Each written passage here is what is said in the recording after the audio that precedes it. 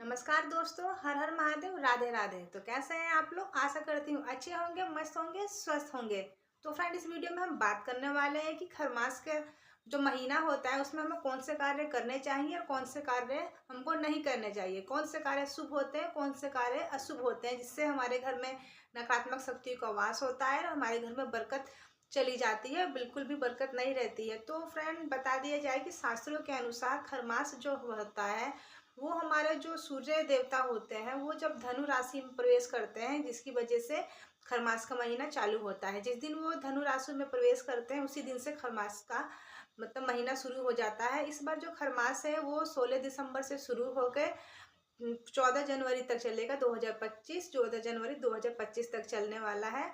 और इसके बीच में हमें कौन से ऐसे कार्य होते हैं जो करने चाहिए, कौन से ऐसे कार्य होते हैं जो हमको नहीं करने चाहिए। तो फ्रेंड, इस वीडियो में हम आज यही बात करेंगे। तो फ्रेंड, कहा जाता है कि खरमास कैसा लगता है। तो फ्रेंड, शास्त्रों के अनुसार जो सूर्य देवता है निरंतर हमेशा हमारी धरती की परिक्रमा करते रहते हैं और वो हमेशा 7 घोड़ों के रथ पर सवार होकर सवारी करते हैं, ऐसा माना जाता है। तो फ्रेंड, जैसे सालों 365 दिन काम करते करते करते जब वो इनके घोड़े थक जाते हैं तो उनको विश्राम के लिए खरमास का जो महीना होता है वो उनको दिया जाता है। उनके घोड़े जब उनको थक जाते हैं, उनको आराम करने की जरूरत होती है, वो पानी पीने के लिए जाते हैं, तो उनको 1 महीने के लिए रेस्ट दिया जाता है। उसी बीच जो उनकी सवारी है, क्योंकि उनको तो 24 घंटा परिक्रमा करनी है हमारी धरती की, तो उनको अपनी सवारी चाहिए।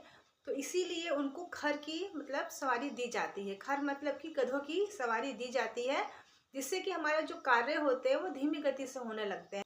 तो फ्रेंड, जैसा कि आप लोग को पता है कि जैसे जो खर होते हैं कि जो गधे होते हैं वो किस गति से चलते हैं, वो बहुत धीमी गति से चलने लगते हैं। इसी वजह से हमारे सूर्य देवता भी बहुत धीमी गति से धरती की परिक्रमा करते हैं और इसके बीच ही वो धनु राशि में प्रवेश करते हैं और खरमास का जो महीना होता है वो शुरू हो जाता है। इसके बीच इसीलिए कहा जाता है कि हमको कोई भी शुभ काम जो खरमास के बीच में हमको नहीं शुरू करना चाहिए, क्योंकि वो इनकी धीमी गति के कारण हमारा कार्य जो है वो भी धीमी गति से होने लगता है। हम कोई भी काम अपना शुरू करते हैं, कोई बिजनेस शुरू करते हैं, तो वो भी धीमी गति से शुरू होता है और उसको जैसे कहा जाता है किनारा लग जाना, चाहे बहुत बड़ा होना, इस तरीके से नहीं हो पाता है। उसको संपूर्ण रूप से माना जाए तो सक्सेस हमको उस काम में नहीं मिलती है। इसीलिए हमको कोई भी काम जो शुभ काम में होता है वो हमको खरमास के मौसम में जो महीना होता है उसमें हमको बिल्कुल भी शुरू नहीं करना चाहिए। तो फ्रेंड, चलिए जान लेते हैं वो कौन कौन से कार्य हैं जो हमको खरमास में नहीं करने चाहिए और ऐसे कौन से कार्य जो हमें खरमास में करने चाहिए।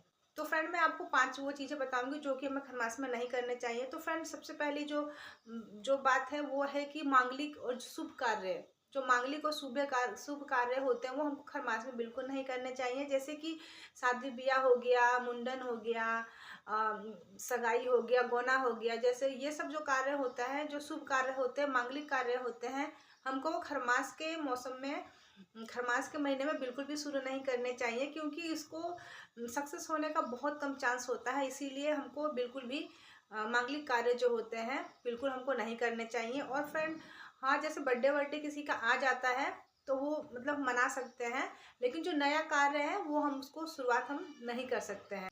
तो फ्रेंड, दूसरी जो चीज़ है वो है महिलाओं के लिए। महिलाएं कोई भी सुहाग का सामान या नए सुहाग का जो भी सामान होता है वो बिल्कुल भी खरमास में ना खरीदें और बिल्कुल भी उनको नहीं खरीदना चाहिए। जैसे कि सुहाग से संबंधित जितने भी जो चीज़ें होती हैं हमको खरमास में बिल्कुल भी नहीं खरीदनी चाहिए और ना ही किसी नए चीज़ का हमको उपयोग करना चाहिए। जैसे कि हम कुछ नया चीज़ खरीद के लाए हैं और रखा हुआ है तो उसे खरमास में हमको नहीं निकालना चाहिए। बिल्कुल भी खरमास बीत जाएगा, इसके बाद से हमको ये चीज़ यूज करनी होती है। खरमास में कभी भी सुहाग से संबंधित कोई भी सामान नहीं खरीदें। वैसे तो माना जाता है कि कोई भी नई वस्तु हमको नहीं खरीदनी चाहिए, लेकिन जब से बहुत ज़्यादा आवश्यकता वाली चीज़ है, जैसे कंबल, रजाई, जैसे जिसके बिना हमारा काम नहीं चल सकता है, वो चीज़ें हम खरीद सकते हैं। लेकिन सुहाग से संबंधित कोई भी चीज़ें महिलाओं को खरवास में नहीं खरीदनी चाहिए।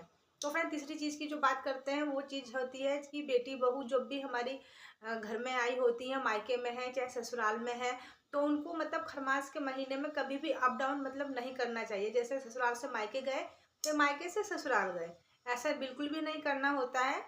खरमास में जहाँ पे आप हैं वहीं पे स्थिर रहिए। खरमास बीत जाएगा, इसके बाद से आप अपने ससुराल चाहे मायके आ जा सकती हैं, क्योंकि बिल्कुल भी ये शुभ नहीं होता है खरमास में अपने घर से दूसरे जगह जाना, चाहे दूसरे जगह से अपने घर में आना। इसीलिए कभी भी माँ बेटी या बहनें जो भी हैं कभी भी खरमास में ना जाए। बहुत अगर ज़रूरी है जाना है, कोई बात हो गई, कोई तबीयत खराब हो गई, तो जो खोइंचा होता है, जो हम अपने पल्लू में खोइंचा बांध के ले जाते हैं, वो बिल्कुल भी ना ले जाए और ना ही लेके आए और ना लेके जाए। इसके बाद आप जा सकती हैं और बिल्कुल भी नए कपड़े और कोरे कपड़े पहन के नहीं जाना है।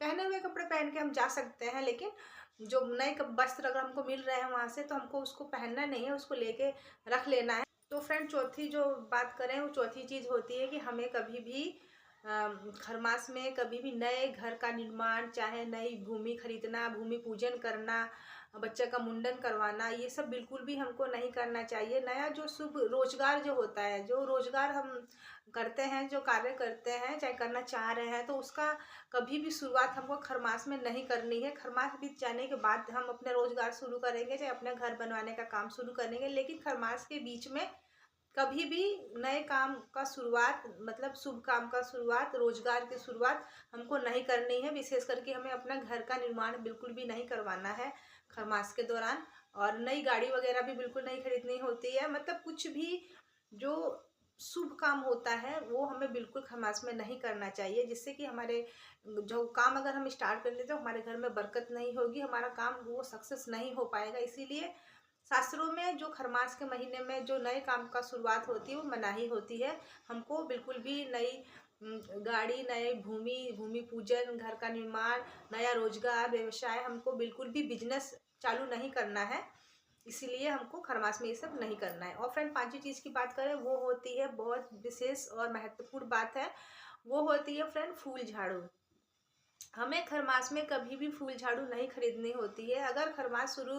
अगर आपकी झाड़ू खराब हो चुकी है तो खरमास शुरू होने से पहले नई झाड़ू खरीद लीजिए और उसको एक बार घर में झाड़ू लगा के रख दीजिए। अगर वो बीच में खराब हो जाती है तो उसको आप निकाल सकते हैं, लेकिन कभी भी खरमास में नई झाड़ू का उपयोग नहीं करना है, घर में नई झाड़ू नहीं लाना है। और ना, अगर आप ला के रखे भी हैं तो उसको नई झाड़ू को हमें अपने घर में यूज नहीं करना होता है।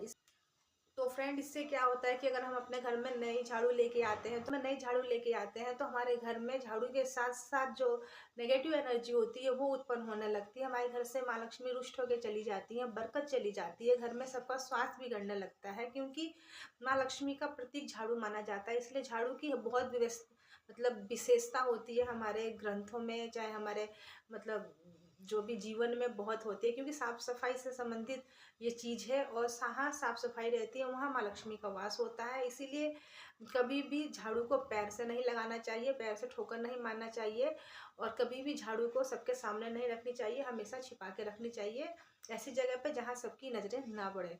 तो फ्रेंड, ये ऐसी 5 बातें थी जिसको हमें खरमास के महीने में बिल्कुल भी नहीं करनी चाहिए। अगर बहुत ज़्यादा ज़रूरी है, जिसके बिना एकदम काम नहीं चल पा रहा है, तभी अगर हो सके तो ले, वरना मेरे ख्याल से तो बिल्कुल ही नहीं लेनी चाहिए। क्योंकि अगर हम कोई भी शुरुआत करते हैं, कोई भी नया काम करते हैं, मांगलिक कार्य करते हैं, तो हमारा कार्य बिल्कुल भी सफल नहीं होता है, वो सक्सेस नहीं होता है। इसीलिए ग्रंथों में खरमास में बिल्कुल भी मनाही है कुछ नया कार्य करने के लिए, शादी विवाह करने के लिए, या कुछ भी नई चीज़ हमको लेने के लिए। तो फ्रेंड, चलिए जान लेते हैं कि खरमास के महीने में हमको क्या करना चाहिए, विशेष रूप से हमें क्या करना चाहिए। तो फ्रेंड, पहली बात करें तो हमको खरमास के महीने में सूर्य देवता का मतलब पूजा जरूर करनी चाहिए, उनको जल अर्पित जरूर से जरूर करना चाहिए। हमें रोज़ सुबह नहा धोआ के एक लोटे में जल ले लेना है, और जल में अक्षत और सफ़ेद रंग के फूल डाल के हमको रोज़ सुबह सूर्य देवता को मतलब जल अर्पित करना है। इससे क्या होता है कि सूर्य देवता हमसे प्रसन्न होते हैं, हमारी सारी मनोकामना पूरी करते हैं। और जो कार्य हम ये शुरू कर दिया है फ्रेंड, अगर तो उसको हम अपना बढ़ा सकते हैं, लेकिन कोई भी नया कार्य नहीं शुरू कर सकते हैं। और हम अपने घर में दैनिक की जो पूजा होती है उसमें जैसे हम करते थे वैसे ही कर सकते हैं। किसी भी नई देवी देवताओं की फ़ोटो घर में नहीं लानी है, चाहे नई मूर्ति वगैरह नहीं लेके मतलब घर में आना है। जो है उसी में हमको 1 महीने तक अपनी पूजा पाठ करनी है। कोई भी नई देवी देवता की फ़ोटो और तस्वीर हमको अपने घर में लेके नहीं आनी होती है खरमास के महीने में, क्योंकि खरमास का महीना बहुत ही धीमी गति से चलता है और उसमें कोई भी कार्य सफल नहीं होता है। तो फ्रेंड, मेरे द्वारा दी गई जानकारी अगर आपको अच्छी लगी हो तो वीडियो को ज़्यादा से ज़्यादा शेयर करें, और चैनल पे अगर नए हैं तो चैनल को सब्सक्राइब भी किए बिना बिल्कुल नहीं जाना है, और बेल आइकन को प्रेस कर देना है, जिससे कि मेरे द्वारा बनाई गई वीडियो की जानकारी पहुंचे आप तक सबसे पहले। और वीडियो पर एक अच्छा सा लाइक और एक अच्छा सा कमेंट कर देना है। कमेंट में जय लक्ष्मी माता लिखना बिल्कुल नहीं भूलना है, क्योंकि आपके एक लाइक और एक कमेंट से हमें बहुत ज़्यादा मोटिवेशन मिलता है और अच्छी अच्छी वीडियो बनाने के लिए और अच्छी अच्छी जानकारी आप तक पहुँचाने के लिए। तो फ्रेंड, चलिए मिलेंगे किसी और अच्छे से वीडियो के साथ, अच्छी सी जानकारी के साथ। जब तक के लिए हर हर महादेव, राधे राधे।